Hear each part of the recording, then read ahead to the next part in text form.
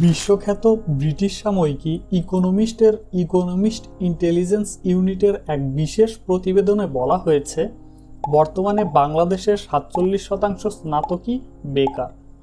দক্ষিণ এশিয়ায় এর চেয়ে বেশি উচ্চশিক্ষিত বেকার আছেন কেবল আফগানিস্তানে ৬৫%। এর বাইরে ভারতে এর হার ৩৩%, নেপালে ২০% বেশি, পাকিস্তানে ২৮% এবং শ্রীলঙ্কায় ৭.৮%। ভাই, ডিগ্রি তো আছে, চাকরির পরীক্ষাও দিচ্ছি, কিন্তু চাকরিটা ঠিক হচ্ছে না। ওদিকে বেলার বিয়ের জন্য দেখতে আসে প্রতিদিন। জাস্ট কিডিং, মজা করছিলাম। ডিগ্রি তো ভাই আপনার আছে, কিন্তু কখনো কি ভেবে দেখেছেন ডিগ্রি থাকা সত্ত্বেও কেন আপনার চাকরি হচ্ছে না? তার কারণ হচ্ছে, ডিগ্রি তো আপনার আছে, কিন্তু আপনার কাঙ্ক্ষিত চাকরির জন্য যে স্কিলগুলো দরকার সেগুলো হয়তো আপনার নেই। তেতো হলেও এই কথাটি বাস্তব সত্য।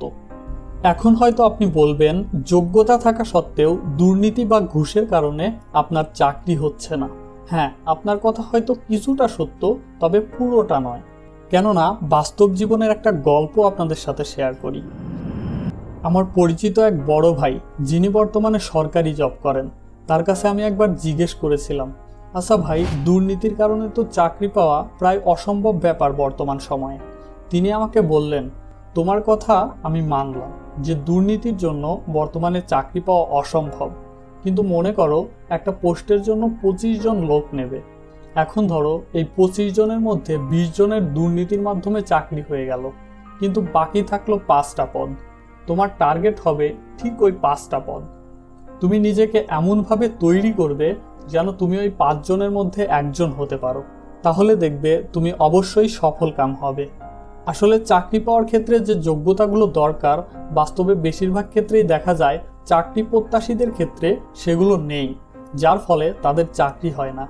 এই কথাটি তেতো হলেও সত্য। চলুন আপনাদের প্রমাণ করে দেখাই। চাকরি মূলত হয় ডিগ্রি এবং স্কিলের ওপর নির্ভর করে। চাকরি, ডিগ্রি এবং স্কিল, এই তিনটা জিনিস রিসাইকেল অর্ডারের মতো একটি অন্যটির সাথে সম্পর্কিত। এখন দেশের বেকার যুবকদের ডিগ্রি তো সবারই কম বেশি আছে, কিন্তু যেই জিনিসগুলো দরকার সেগুলো বেশিরভাগ চাকরি প্রত্যাশীদেরই নেই। চাকরি প্রত্যাশীদের অভিযোগ, তারা তাদের যোগ্যতা অনুযায়ী কাজের সুযোগ পায় না।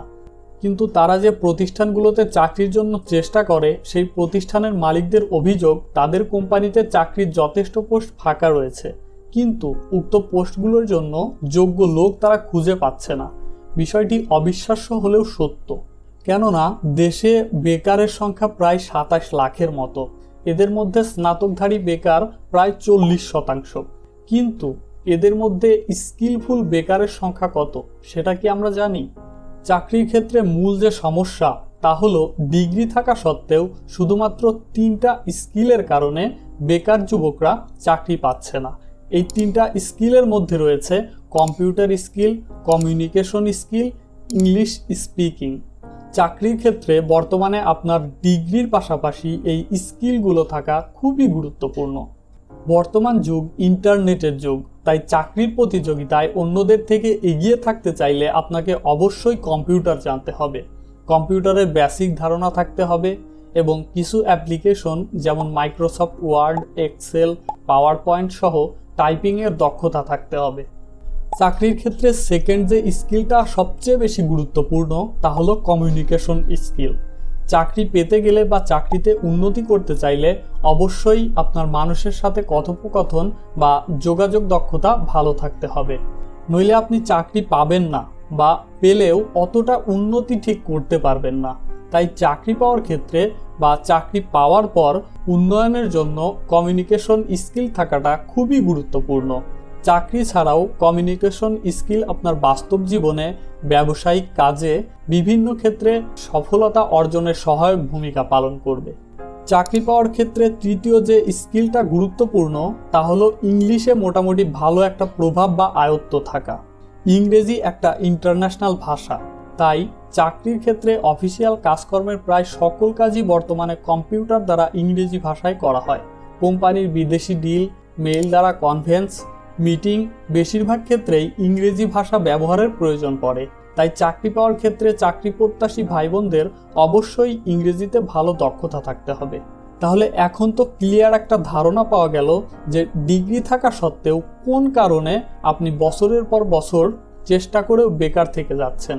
তাই আর বসে না থেকে আজ থেকেই এই স্কিলগুলো নিয়ে কাজ করা শুরু করুন আর নিজেকে চাকরির জন্য শতভাগ যোগ্য করে গড়ে তুলুন। আর হ্যাঁ, কম্পিউটার দক্ষতা, কমিউনিকেশন স্কিল, ইংলিশ স্পিকিং এগুলোর উন্নতি করা বা কিভাবে শুরু করা যায় এটার উপর যদি ভিডিও দেখতে চান তাহলে অবশ্যই তা কমেন্ট করে জানান। দেখা হবে নতুন কোনো একটা ভিডিওতে। ততক্ষণ অবধি ভালো থাকবেন। আল্লাহ হাফেজ।